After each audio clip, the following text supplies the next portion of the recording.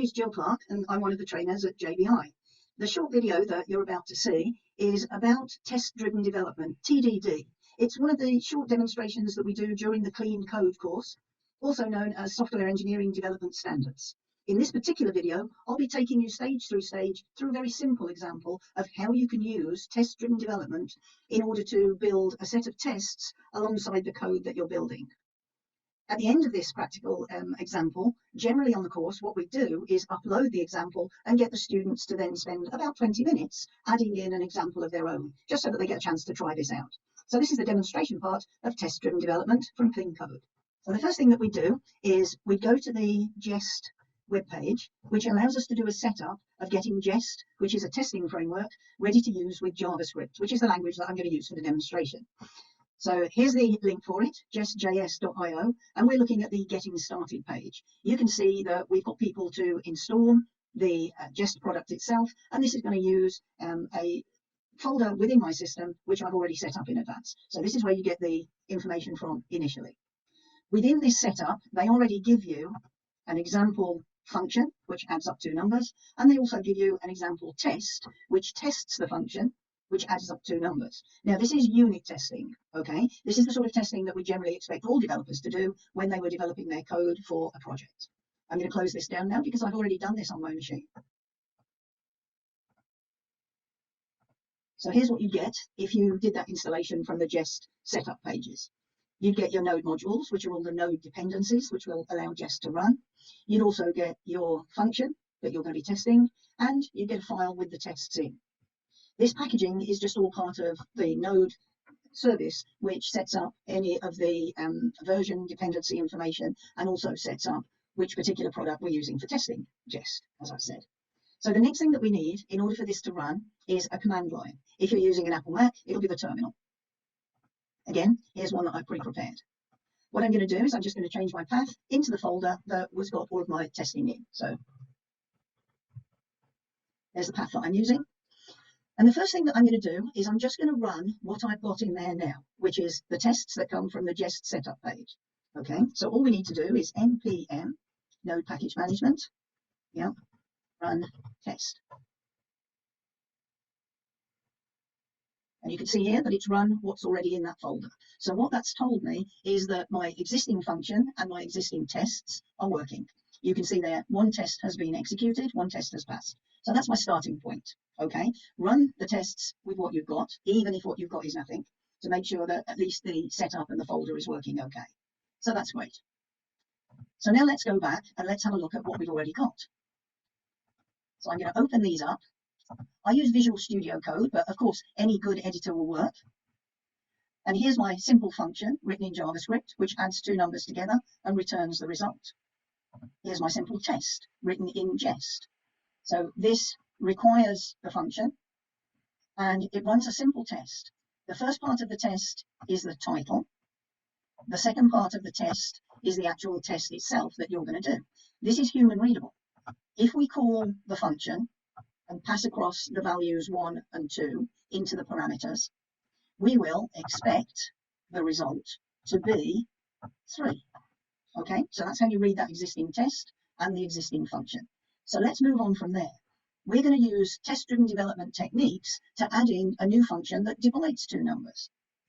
With the test-driven development, we start off with the test. So the first thing that I'm going to do is build a test to test my divides two numbers function. So I'm going to copy this first. I'm going to open up a new file. I'm going to paste that in. And now I'm going to make the changes I need to set up my initial test. So first of all, I'm going to change the names here.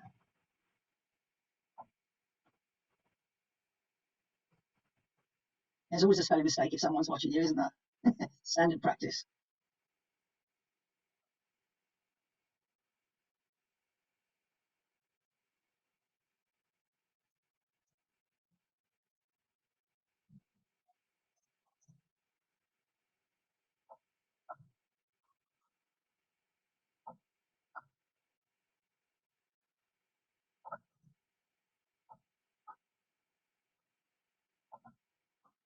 So this is the initial test that I'm going to do.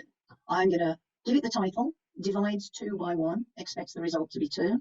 And then I'm going to put in a very simple test, quite similar to the one that we had before, where I call the function with the 2 values, and I expect the result to be, in this case, 2.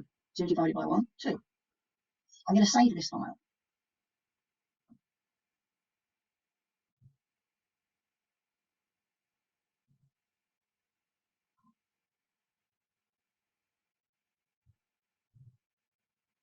Now this is the test file. So we add in the name of the function .test.js. That's the naming standard for our test files.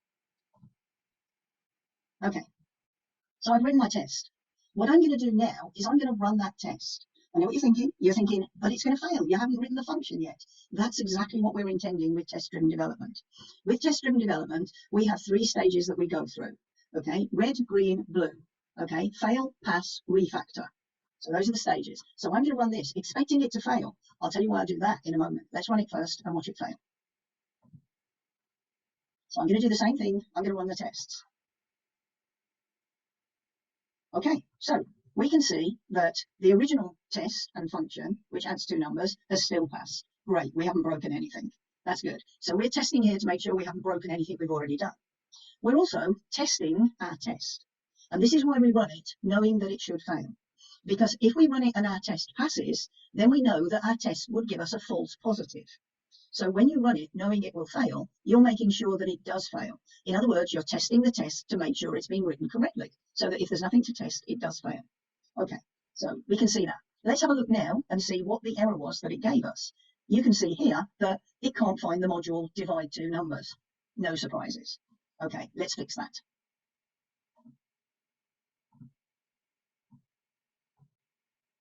I'm going to copy this, and you're thinking, oh, she's cheating again. She's doing copy and paste. No, really? Bear with me. I'm going to open up a new file. Oops.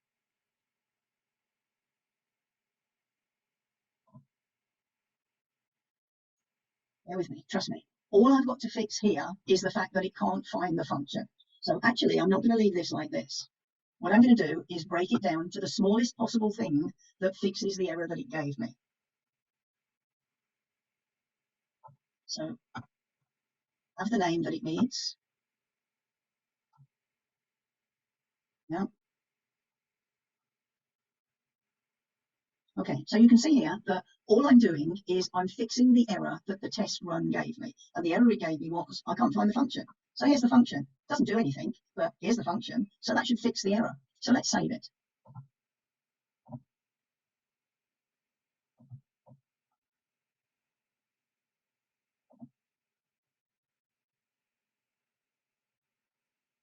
Okay, let's go back to our command line and let's run our tests again.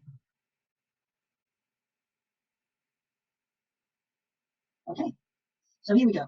First of all, add 2 numbers is still working. So that's great. We know that we haven't broken anything that already existed. The test for divide 2 numbers, however, has failed again. Okay, this time, however, we've got a different error. So again, we're testing the test to make sure it hasn't given us a false positive, but also to make sure that it can find the function that it's looking for. However, it's still giving me an error. What that error says is object inequality. In other words, I'm expecting the result to be 2, but actually the result is undefined. I don't get a result out of it. So now, test-driven development dictates that we go back and fix just that error. So let's go back and do that.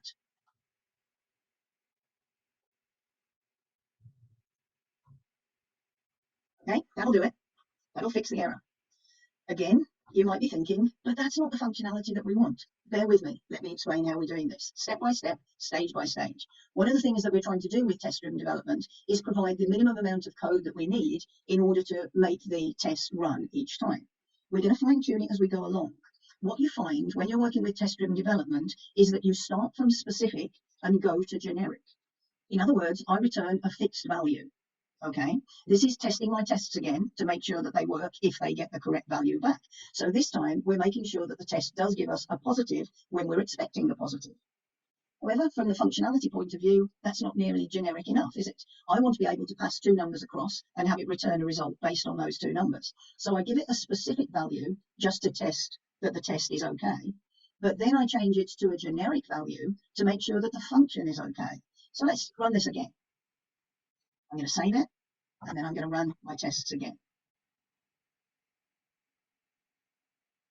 Okay, result. Both of them passed. So we haven't broken anything existing, and we know that our test gives us a positive when it should give us a positive. However, the function's not generic enough yet. So let's go back and fix that.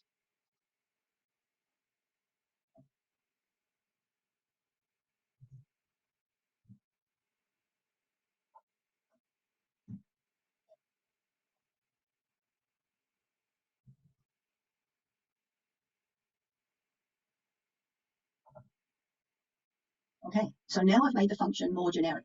I've made it so that it can accept different values and that it can do the calculation based on those values. So let's run it again.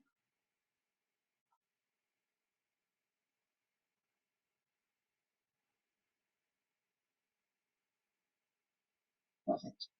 So now we've built tests that will exercise the function divide two numbers, and we've built the divide two numbers function that will be tested by those tests. We built them stage by stage, fixing only the problems that we're given each time. We started off knowing it would fail, that's the red. We then fixed it so that it would run, that's the green. And then we refactored. So we changed it and kept running that cycle until the test was complete and the code was complete. Okay, red, green, blue, fail, pass, refactor. That's test-driven development.